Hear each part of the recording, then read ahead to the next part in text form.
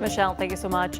A new lawsuit surrounding the homeless camp near Interstate 90 has emerged. Jules Helping Hands and Disability Rights Washington recently filed the lawsuit on behalf of people living at the camp. They're asking a judge to stop local authorities from clearing it out and let people stay on the Washington State Department of Transportation property as long as they have permission to be there. KREM 2's Amanda Rowley spoke with the attorney listed on the complaint today. She's joining us now with the latest in the newsroom tonight. Well, this is the 25-page lawsuit that I've read through today, and it claims forcing people off of the homeless camp near I-90 is unconstitutional, and arresting those who refuse to leave violates their rights. One of the attorneys listed in this complaint told me this afternoon the goal with this lawsuit is to remove the threat of arrests.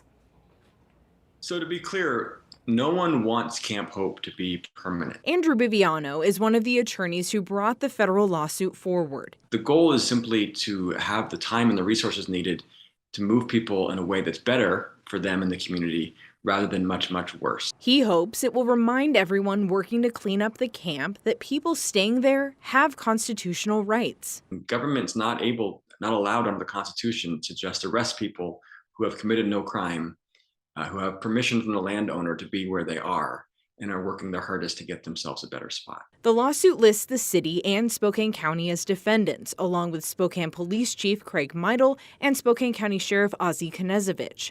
Both have said they want to avoid using law enforcement to clear out the camp. But as a last resort, people who refuse to leave will be arrested. Biviano says the threat of arrests has already caused significant harm to the people staying at the camp.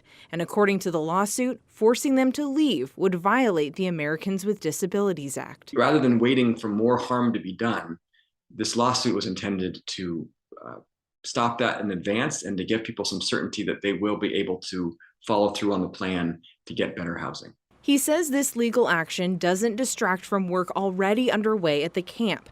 But city spokesperson Brian Coddington says it does. It does take away a little bit from the work that we're trying to do, and it creates another distraction and another layer of complexity that we have to work through. But nobody's deterred. We're going to continue to work together and do the best that we can. In a statement from Sheriff Knezevich, he says the lawsuit provides false hope and it encourages people to stay at the camp while hindering efforts to connect them with services. I shared these responses with the attorney. He says the goal of the lawsuit still is to remove arrests as an option to clearing out the camp. Now, this is just one lawsuit surrounding the cleanup efforts at this homeless camp. Spokane County also filed a lawsuit against WashDOT. It calls the camp a nuisance property and highlights the spike in crime and the harm to families and businesses over the last 10 months. Amanda Rowley, KREM 2 News.